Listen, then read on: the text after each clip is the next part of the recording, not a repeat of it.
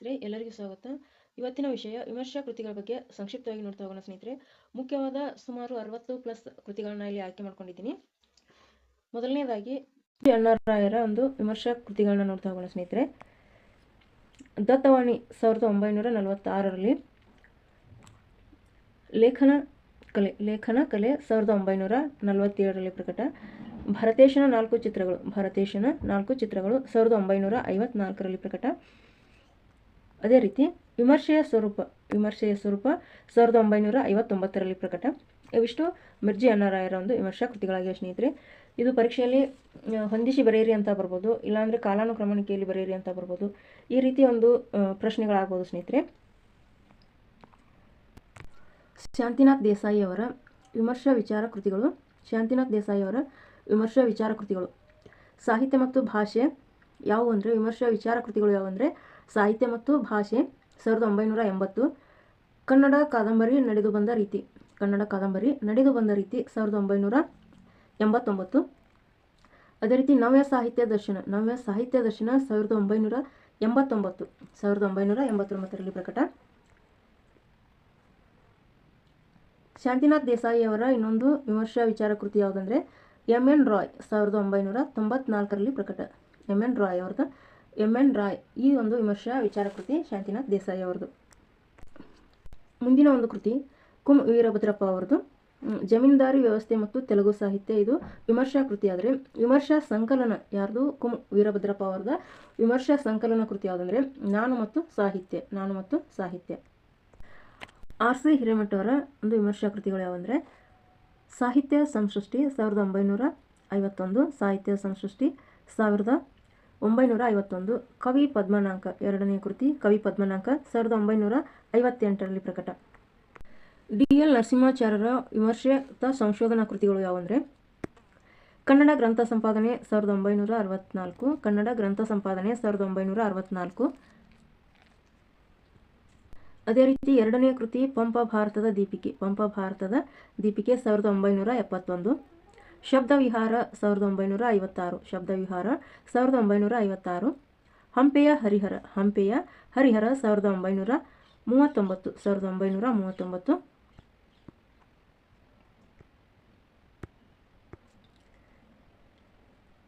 ಪೀಠಿಕೆ ಲೇಖನಗಳು 1970. ಪೀಠಿಕೆ ಮತ್ತು ಲೇಖನಗಳು 1970ರಲ್ಲಿ ಪ್ರಕಟ. ಡಿ.ಎಲ್. ನರಸಿಂಹಾಚಾರ್ಯರ ಗ್ರಂಥ ಸಂಪಾದನಾ ಕ್ಷೇತ್ರದಲ್ಲಿ ಕನ್ನಡ ಗ್ರಂಥ ಸಂಪಾದನೆ ಉತ್ಕೃಷ್ಟವಾದದ್ದಾಗಿದೆ. ಅಲ್ಲದೆ ಇವರ ಸಂಶೋಧನಾ ಲೇಖನಗಳಲ್ಲಿ ಬಹುಪಾಲು ಕನ್ನಡ ಭಾಷೆ ಸಾಹಿತ್ಯಗಳ ಜಟಿಲವಾದ ವಿಷಯಗಳನ್ನು ಕುರಿತದ್ದಾಗಿದೆ.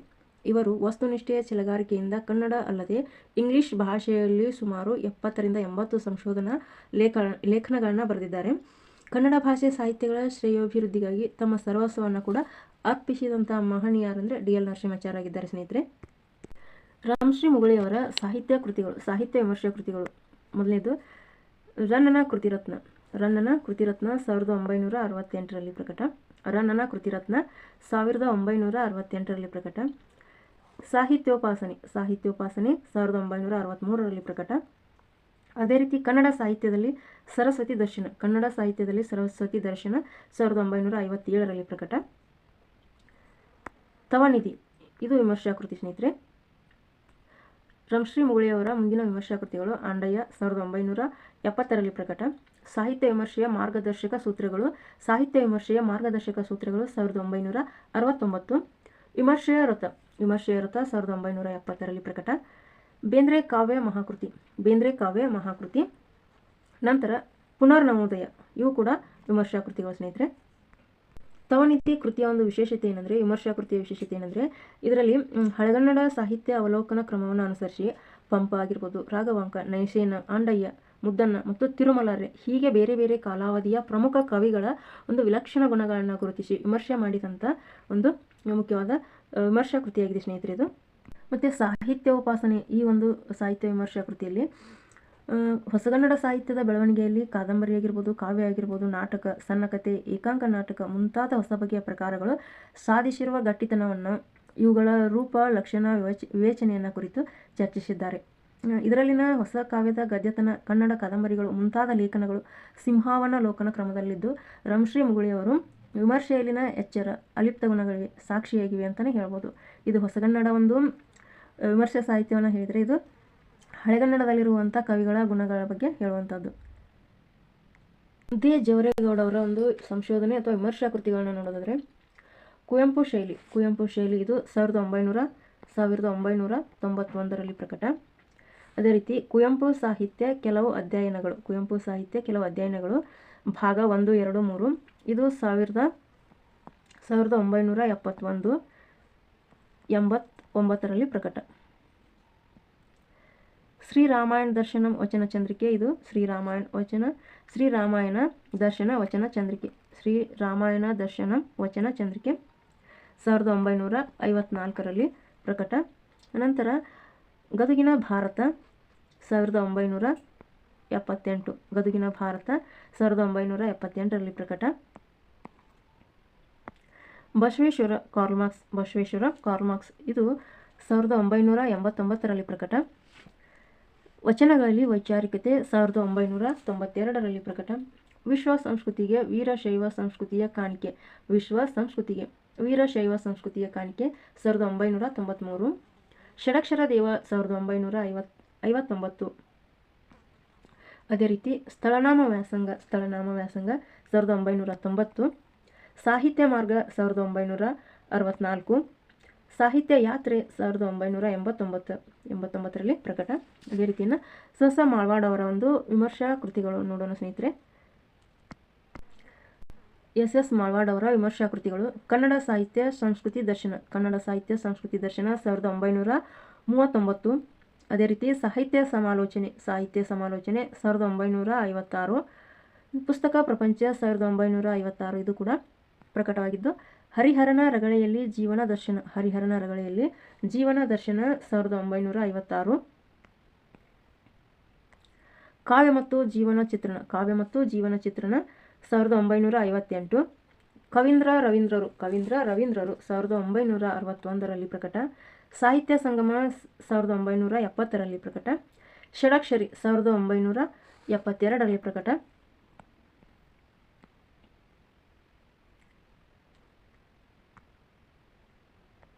ಸಾಹಿತ್ಯ ದೃಷ್ಟಿ 1979. ಹರಿಹರ ರಾಘವಾಂಕರು 1979 ಇದು ಕೂಡ 79ರಲ್ಲಿ ಪ್ರಕಟವಾದಂಥ ವಿಮರ್ಶಾ ಕೃತಿ ಸ್ನೇಹಿತರೆ. ಕನ್ನಡ ಸಾಹಿತ್ಯ ಸಂಸ್ಕೃತಿ ದರ್ಶನ ಈ ಒಂದು ಕೃತಿಯ ವಿಶೇಷತೆ ಏನು ಅನ್ನೋದನ್ನು ನೋಡೋಣ ಸ್ನೇಹಿತರೆ. ನಮಗೆ ಸಂಕ್ಷಿಪ್ತವಾಗಿ ಇದರಲ್ಲಿ ಪ್ರಾಚೀನ ನಡುಗನ್ನಡ ಸಾಹಿತ್ಯದ ಸಮೀಕ್ಷಾತ್ಮಕ ವಿಮರ್ಶಾತ್ಮಕ ಲೇಖನಗಳಿವೆ ಮತ್ತು ಕನ್ನಡ ಸಾಹಿತ್ಯ ಚರಿತೆಯನ್ನು ಶತಮಾನಗಳಿಗನುಗುಣವಾಗುವಂತೆ ನಿರೂಪಿಸಿದ ಕೆಲವೊಂದು ಬರಹವಿವೆ. ಚಿಕ್ಕದೇವರಾಯ ವಂಶಾವಳಿಯನ್ನು ಕರ್ನಾಟಕದ ಇತಿಹಾಸದ ಹಿನ್ನೆಲೆಯಲ್ಲಿ ವಿವೇಚಿಸಲಾಗಿದೆ. ಕೋಡಿಮಠ ಮತ್ತು ಬಳ್ಳಿಗಾವೆ ಎಂಬ ಸಂಶೋಧನಾತ್ಮಕ ಬರಹಗಳು ಕೂಡ ಇವೆ. ಈ ಕಾಲದ ಶಿಲಾಶಾಸನಗಳ ಸಾಮಗ್ರಿಯನ್ನು ಈ ಬರಹಗಳಿಗೆ ಬಳಸಿಕೊಳ್ಳಲಾಗಿದೆ. ಮತ್ತು ವಿಜಯನಗರ ಸಾಮ್ರಾಜ್ಯದಲ್ಲಿ ನಡೆದ ಕನ್ನಡ ಸಂಸ್ಕೃತಿ ಸಂವರ್ಧನೆಯ ವಿವೇಚನೆಯ ಲೇಖನವು ಕೂಡ ಈ ಪುಸ್ತಕದಲ್ಲಿ ಕೊನೆಯದಾಗಿ ಬಂದದ್ದನ್ನು ನಾವು ನೋಡ್ಬೋದು. ಅದೇ ರೀತಿ ಸಾಹಿತ್ಯ ಸಮಾಲೋಕನ ಒಂದು ವಿಮರ್ಶಾ ಕೃತಿಯ ವಿಶೇಷತೆ ಏನಂದರೆ, ಇದರಲ್ಲಿ ಆಧುನಿಕ ಕನ್ನಡ ಸಾಹಿತ್ಯದ ಒಲವು ನಿಲುವುಗಳು, ಆಗ ಕನ್ನಡದಲ್ಲಿ ಪ್ರಕಟಿಸಲಾಗುತ್ತಿದ್ದ ಹೊಸ ಪುಸ್ತಕಗಳ ನಿಯತಕಾಲಿಕ ಸಮೀಕ್ಷೆ, ಮಾಸ್ತಿಯವರ ಸಾಹಿತ್ಯ ಸಾಧನೆಯ ಹಿರಿಮೆ, ಕೆ.ವಿ. ಪುಟ್ಟಪ್ಪ ಅವರ ಕೆಲವು ಕೃತಿಗಳು, ಬೇರೆ ಕೆಲವರ ಕೃತಿಗಳು ಅವಲೋಕನವಿದೆ ಈ ಒಂದು ವಿಮರ್ಶಾ ಸಾಹಿತ್ಯ ಕೃತಿಯಲ್ಲಿ. ರಾಷ್ಟ್ರದ ಸ್ವಾತಂತ್ರ್ಯ ಮತ್ತು ನಮ್ಮ ಸಾಹಿತಿ ರಾಜಕಾರಣಿ ಕವಿ ಅನುಭಾವಿ ಈ ಪ್ರಬಂಧಗಳಿವೆ. ಬಹುಕಾಲ ಹಿಂದೆ ಕಣ್ಮರೆಯಾದ ಆದರೆ ಹೊಸಗನ್ನಡದ ಕಥೆಗಾರ್ತಿಯರಲ್ಲಿ ಮತ್ತು ಅಂದಿನ ಮಹಿಳಾ ಕಾರ್ಯಕ್ರಮಗಳ ಸಂಘಟನೆಯಲ್ಲಿ ಮಹತ್ವದ ಹೆಸರಾಗಿದ್ದ ಶ್ಯಾಮಲಾ ಅವರ ನಿಕಟ ಪರಿಚಯವಿದೆ. ಅಂತೆಯೇ ಈವರೆಗೆ ಪರಿಚಿತವಲ್ಲದ ಬೇರೆ ಕೆಲವು ಲೇಖಕರ ಕೃತಿಗಳ ವಿವೇಚನೆ ಕೂಡ ಈ ಒಂದು ವಿಮರ್ಶಾ ಕೃತಿಯಲ್ಲಿ ನಾವು ನೋಡ್ಬೋದು. ಪುಸ್ತಕ ಪ್ರಪಂಚ ವಿಮರ್ಶಾ ಕೃತಿಯಲ್ಲಿ ಇದರಲ್ಲಿರುವಂಥ ವಿಷಯಗಳ ಪುಸ್ತಕಗಳಿಗೆ ಸಂಬಂಧಿಸಿದಂಥ ವಿಷಯಗಳನ್ನ ನಾವು ಈ ಒಂದು ಕೃತಿಯಲ್ಲಿ ನೋಡ್ಬೋದು ಸ್ನೇಹಿತರೆ. ಇನ್ನು ಹರಿಹರನ ರಗಳೆಯಲ್ಲಿ ಜೀವನ ದರ್ಶನ ಇದು ಒಳಗೊಂಡಿರುವಂಥ ವಿಷಯ ವಸ್ತು ಏನಂದರೆ, ಪ್ರೊಫೆಸರ್ ಮಾಳ್ವಾಡ್ ಅವರ ಸೊಗಸಾದ ಶೈಲಿಗೆ ಒಳ್ಳೆಯ ನಿದರ್ಶನ ಅನ್ನುವ ಥರ ಈ ಒಂದು ಕೃತಿ ಇದೆ.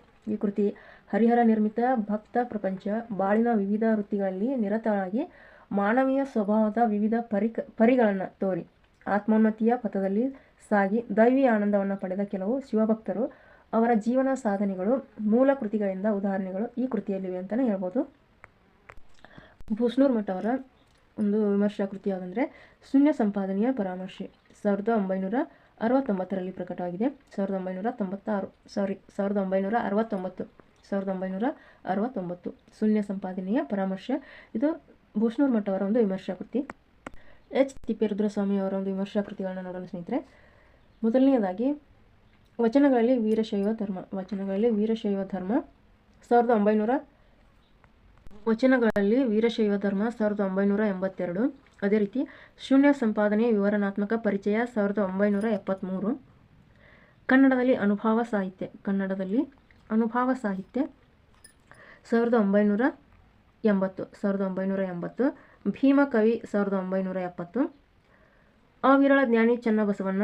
ಅನಂತರ ಚಾಮರಸ 1971. ಅನುಭವ ಮಂಟಪ 1975. ಋಷಿಕವಿ ರಾಘವಾಂಕ. ನಂತರ ಕುವೆಂಪು ಅವರ ನಾಟಕಗಳು 1969. ತೌಲನಿಕ ಕಾವ್ಯಮೀಮಾಂಸೆ 1985.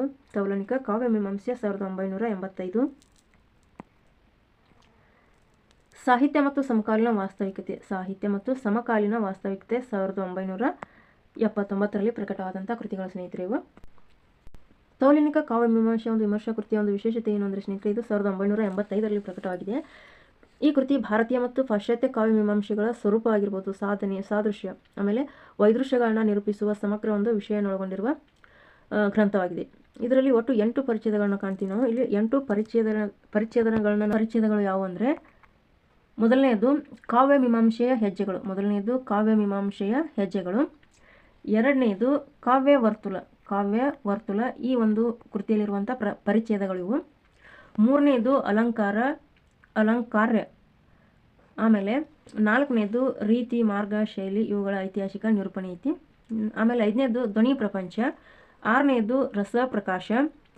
ಆಮೇಲೆ 7ನೇದು ಔಚಿತ್ಯ ವಿವೇಚ. 8ನೇದು ಕಾವ್ಯ ಮತ್ತು ಜೀವನ ಮೌಲ್ಯ. ಈ 8 ಪರಿಚ್ಛೇದಗಳನ್ನ ತೌಲನಿಕ ಕಾವ್ಯಮೀಮಾಂಸೆ ಒಳಗೊಂಡಿದೆ ಸ್ನೇಹಿತರೆ. ಇದಿಷ್ಟು ಇವತ್ತಿನ ತರಗತಿಯಾಗಿತ್ತು ಸ್ನೇಹಿತರೆ. ಸಬ್ಸ್ಕ್ರೈಬ್ ಮಾಡಿ ಮತ್ತು ಲೈಕ್ ಮಾಡಿ.